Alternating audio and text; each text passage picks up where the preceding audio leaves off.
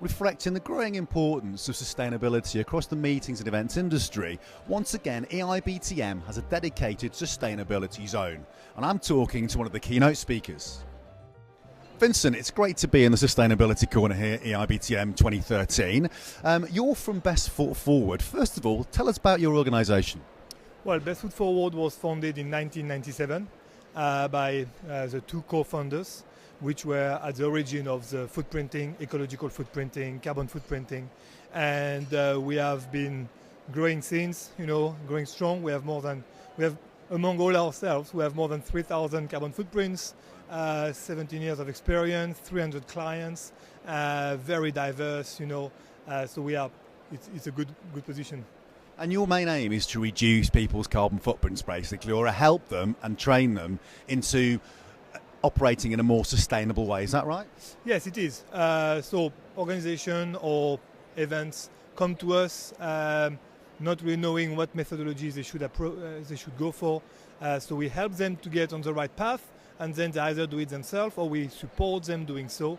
We are also very strong in helping them in a strategic advice, where should they aim to, which is the most difficult. Sometimes people are a bit in the fog, they don't really know what directions they need to go, and we are here to make them find the right path for their organization. And what are the key messages that you're going to be giving to visitors at this year's EIBTM with respect to how they can take that approach into the way they organise meetings and events? Well, there is, I think, a big demand in the leisure industry. There is a lot of work that can be done to improve sustainable events. I think organizers are doing more and more, but I think there is still a lot that can be achieved. So I'm going here to explain what we've done when we supported London 2012, which was really a case for many. It's probably one of the most complicated events that you can organize, the Olympic Games. So we've done this. So if you've done the top, you can go down and you can do it at a smaller scale, whatever the event is, if it's a half an hour meeting or if it's a few days, but we can surely help to any level.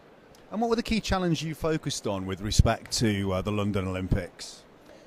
Well, the good thing is that the Olympic Committee was really committed to break through, to have the greener games ever, which was Boris Johnson's claim. So there was a path already laid and everybody was following because everybody wanted to commit. What we found in the leisure event is that it is not a priority.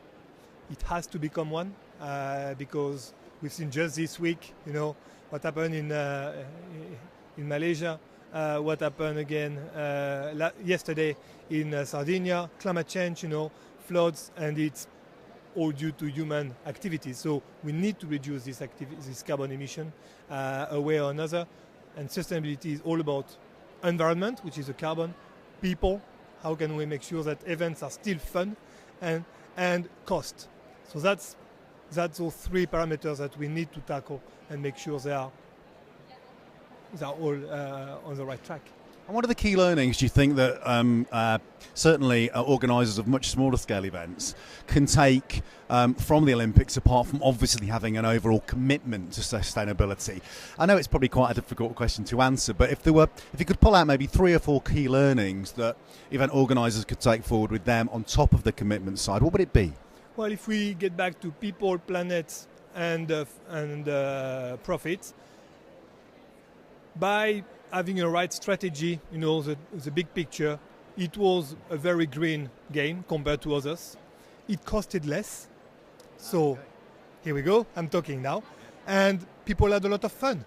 So I think the 3 parameters were united for those games, which made it a great success, not just because I live in London, but I think it's been recognized as a great game, So if you have your strategy in place, which we can help with, or if you have the right people around you to do so, you can reduce cost and people can still have a lot of fun.